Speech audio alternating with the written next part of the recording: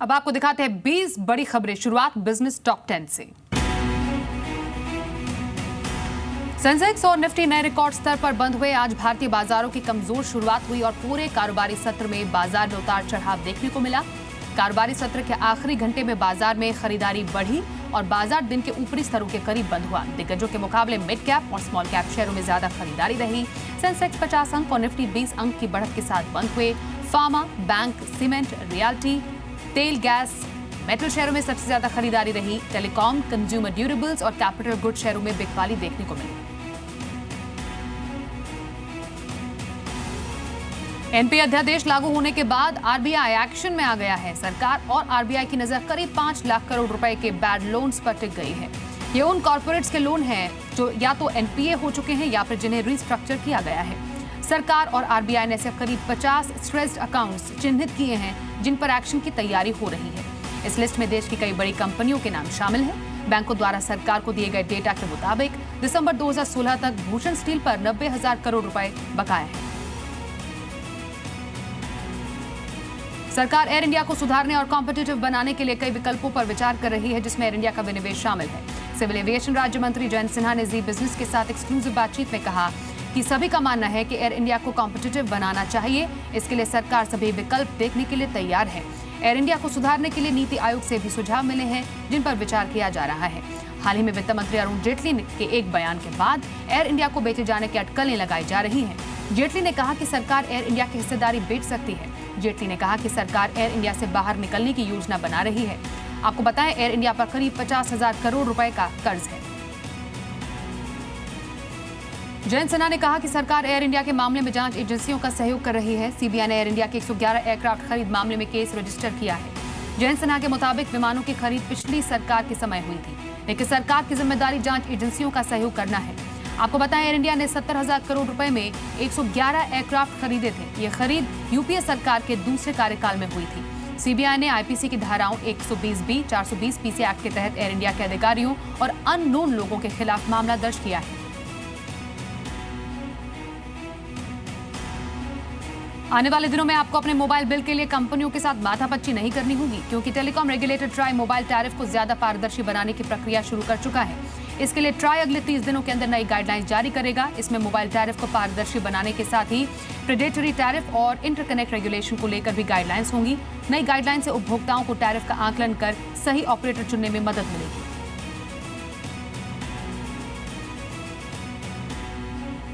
Monsoon के मोर्चे पर अच्छी खबर है। आज तय समय से 2 दिन पहले ही मॉनसून ने केरल में दस्तक दी। केरल पहुंचते ही देश में मॉनसून सीजन की आधिकारिक शुरुआत हुई। आमतौर पर 1 जून को केरल में मॉनसून की बारिश होती है। केरल के अलावा उत्तर पूर्व में भी जोरदार मॉनसूनी बारिश हुई है। मौसम विभाग के मुताबिक अगले 15 दिनों तक मॉनसून की रफ्तार काफी अच्छी रहने वाली है और 8-9 जून के बीच मॉनसून महाराष्ट्र में भी दस्तक देगा।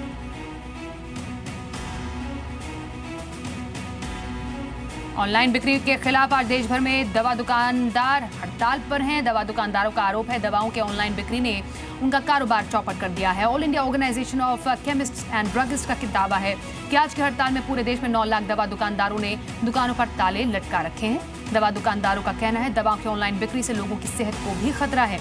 इस खतरे से आगाह करने के लिए भी यह हड़ताल की गई है। जीएसटी दरों से कई सेक्टर खुश नहीं। वो वित्त मंत्रालय की राहत से गुहार लगा रहे हैं। ऐसा ही एक सेक्टर है ब्रिक्स मैन्युफैक्चरिंग यानी ईंट निर्माण सेक्टर। दरअसल थर्मल बेस पावर प्लांट से निकलने वाली राख यानी फ्लाई ऐश से बनने वाली ब्रिक पर 12 से 28% जीएसटी दर तय की गई है, जबकि चिमनी और भट्टों में बनने वाली रेड ब्रिक्स पर 5% जीएसटी लगेगा। फ्लाई ऐश से ब्रिक्स बनाने वाले कारोबारियों का कहना है कि वो इको फ्रेंडली तरीके से ईंटों का निर्माण करते हैं, तो फिर उनके साथ भेदभाव क्यों? देश भर में सैनिटरी नैपकिन पर 12% जीएसटी लगाने का विरोध हो रहा है। सैनिटरी नैपकिन को टैक्स फ्री करने की मांग की जा रही है। हाल ही में शी सेज नाम के एनजीओ ने ट्विटर पर लहू का लगान नाम से टैक्स फ्री सैनिटरी नैपकिन के लिए अभियान भी चलाया था। गौरतलब है केंद्रीय महिला एवं बाल विकास मंत्री मेनका गांधी और सांसद सुष्मिता देव भी पहले ही सैनिटरी नैपकिन को सस्ता करने की सिफारिश कर चुकी हैं। महिलाओं के स्वास्थ्य के लिए जरूरी चीज का हवाला देते हुए दिल्ली महिला आयोग ने भी सैनिटरी नैपकिन को टैक्स फ्री करने की मांग की है। एंड्रॉइड स्मार्टफोन यूजर हैं तो आपके लिए चिंता बड़ी खबर है। WannaCry नाम के रैंसमवेयर का खतरा भी टला भी नहीं था कि अब जूडी नाम का मॉलवेयर सामने आया है। जूडी दरअसल एक किस्म का ऑटो क्लिकिंग एडवेयर है जो आपके फोन में गूगल पे के सारे सेफ्टी फीचर्स को चकमा देते हुए चुपके से घर कर लेता है। धीरे धीरे आपके फोन से वेबसाइट्स पर क्लिक्स बढ़ाकर अपने डेवलपर्स की कमाई कराता है।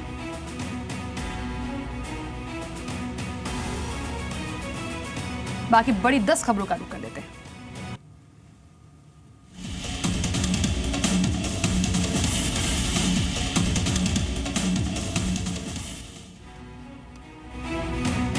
विवादित ढांचा गिराए जाने के मामले में लखनऊ में सीबीआई की स्पेशल कोर्ट ने आडवाणी समेत 12 लोगों पर क्रिमिनल कॉन्स्पिरेसी के तहत आरोप तय किए हैं। 12 आरोपियों ने केस खत्म करने के लिए कोर्ट में अर्जी दी थी। कहा था कि विवादित ढांचा गिराए जाने में उनका कोई रोल नहीं था, लेकिन कोर्ट ने इसे रिजेक्ट कर दिया। आडवाणी समेत 12 लोग सीबीआई के कोर्ट में पेश हुए थे। कोर्ट ने इन्हें जमानत दी। जमानत के लिए सभी आरोपियों ने 20,000 का बेल बॉन्ड भरा। जर्मनी की राजधानी बर्लिन में पीएम मोदी का भव्य स्वागत हुआ। उन्हें गार्ड ऑफ ऑनर दिया गया। पीएम 5 दिनों के विदेश दौरे पर है। अपनी 5 दिन की विदेश यात्रा के पहले पड़ाव जर्मनी में ही पीएम मोदी ने आतंकवाद के खिलाफ अपने इरादे जाहिर किए।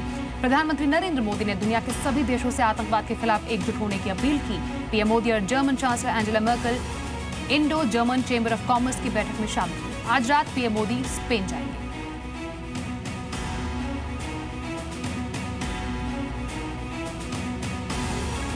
बर्लिन दौरे पर पीएम मोदी बॉलीवुड एक्ट्रेस प्रियंका चोपड़ा से भी मिले। प्रियंका अपनी फिल्म के प्रचार के लिए बर्लिन में है। प्रियंका ने पीएम मोदी से मुलाकात की। मुलाकात की तस्वीर प्रियंका ने सोशल मीडिया पर शेयर की। प्रियंका ने कहा कि इतने बिजी शेड्यूल के बाद भी वक्त निकालकर मिलने का पीएम मोदी का शुक्रिया।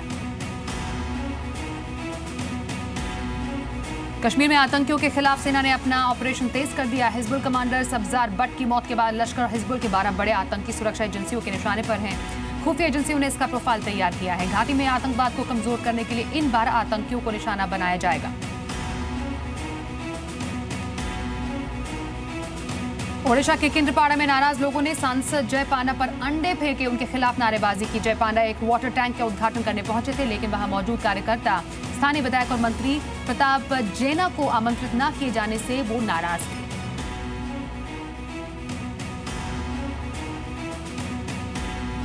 पशुओं की खरीद फरोख्त पर केंद्र का नियम नहीं मानेंगी ममता बनर्जी ने कहा कि वो इसे कोर्ट में चुनौती देंगी। वहीं जी मीडिया के साथ बातचीत में प्रकाश जावड़ेकर ने कहा कि सरकार का मकसद सिर्फ गोहत्या रोकना है और लोग बेवजह से तूल दे रहे हैं।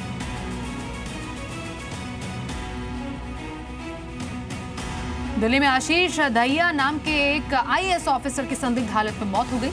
आशीष हरियाणा के सोनीपत के रहने वाले थे। उनकी लाश स्विमिंग पूल में मिली। आशीष बेड़सराय में फॉरेन क्लब इंस्टीट्यूट में रह रहे थे। आशीष ने कल अपने दोस्तों के साथ पूल पार्टी की थी। शुरुआती जांच में पार्टी के दौरान शराब पीने की बात सामने आई है। चश्मदीदों के मुताबिक पार्टी के दौरान एक महिला ऑफिसर का पांव फिसल गया। वो स्विमिंग पूल में गिर गई थी। उन्हें बचाने के लिए आशीष ने भी स्विमिंग पूल में कूद लगाई। महिला को बचा लिया गया, लेकिन आशीष की लाश पूल पर तैरती दिखी। पोस्टमार्टम के लिए शव भेज दिया गया है।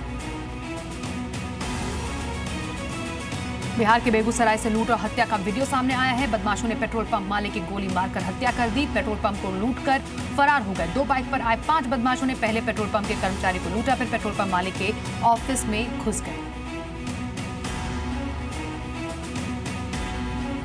बेंगलुरु की बेलंदूर झील में अचानक आग लग गई। झील से आग की लपटें उठने लगी और झील से धुआं उठने लगा। 900 एकड़ में फैली इस झील में 2 महीने पहले भी आग लगने की घटना सामने आ चुकी है।